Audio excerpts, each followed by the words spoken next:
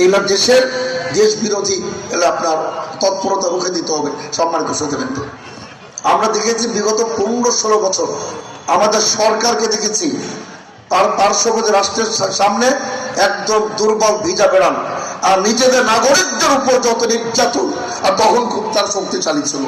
আমরা মিয়ানমারে দেখেছি, মিয়ানমার আমাদের প্রতি আক্রমণ করে, ভারত আমাদেরকে আপনার মানে দাদাগিরি দেখায়, আর আমাদের সরকার ছিল আপনার কাপুরুষ, ঠিক কিনা?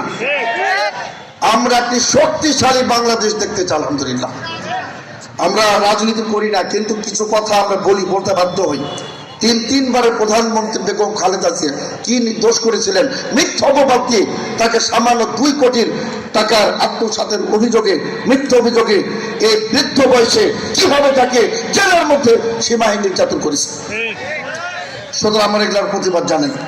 তো সম্মানিত শ্রোতাবৃন্দ, আমি যে কথা এখন বলতে চাই, আলহামদুলিল্লাহ আজকে 12 জন ছাত্র আজকে পাগড়ি গ্রহণ করছেন। আলহামদুলিল্লাহ, এটা অত্যন্ত সুখবর।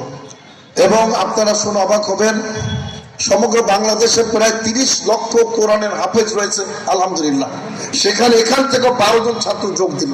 আলহামদুলিল্লাহ, আর সারা বিশ্বে 200 মিলিয়ন, মানে আপনার 2 কোটি হাফেজ রয়েছে সারা বিশ্বে। আলহামদুলিল্লাহ, ইসলাম যে একটি শ্রেষ্ঠ ধর্ম, ইসলাম যে প্রতিদ্বন্দ্বী একটি ধর্ম, এগুলো তার প্রমাণ।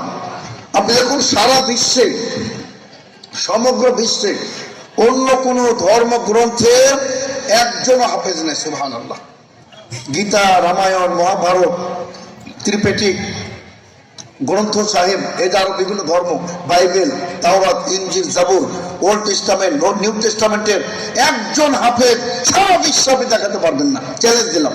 আর কোরআনের হাফেজ হলো 2 কোটি বোন। আলহামদুলিল্লাহ, এটা আল্লাহ তাআলার যে চ্যালেঞ্জ, আল্লাহ তাআলা ওয়াদা, ইন্না নাহনু নাযালনা যিকর ওয়া ইন্না লাহাফিজুন। আল্লাহ বলেন আমি কোরআন অবতীর্ণ করেছি, আর কোরআনের রক্ষা আমি রব্বুল আলামিন করব। আলহামদুলিল্লাহ, সুতরাং কিয়ামত পর্যন্ত এই কোরআনের একটি জের জগৎ পরিবর্তন করার কারো সাধ্য নাই ইনশাআল্লাহ।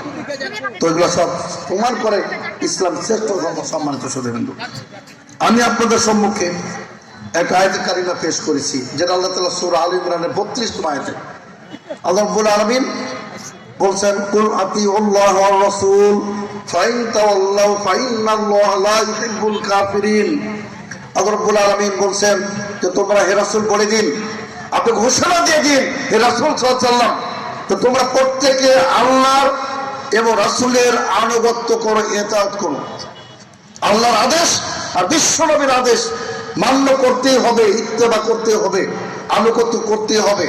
এবং আল্লাহ কি বলছে, ফাইন তাওয়াল্লাউ, তারা যদি বিমুখতা অবলম্বন করে, তারা যদি মুখ ফিরিয়ে নেয়, তারা যদি দাম্ভিকতা দেখায়, ফাইন্নাল্লাহা লা ইউহিব্বুল কাফিরিন, তবে বলে দিন আল্লাহ তাআলা কাফেরদের পছন্দ করে না।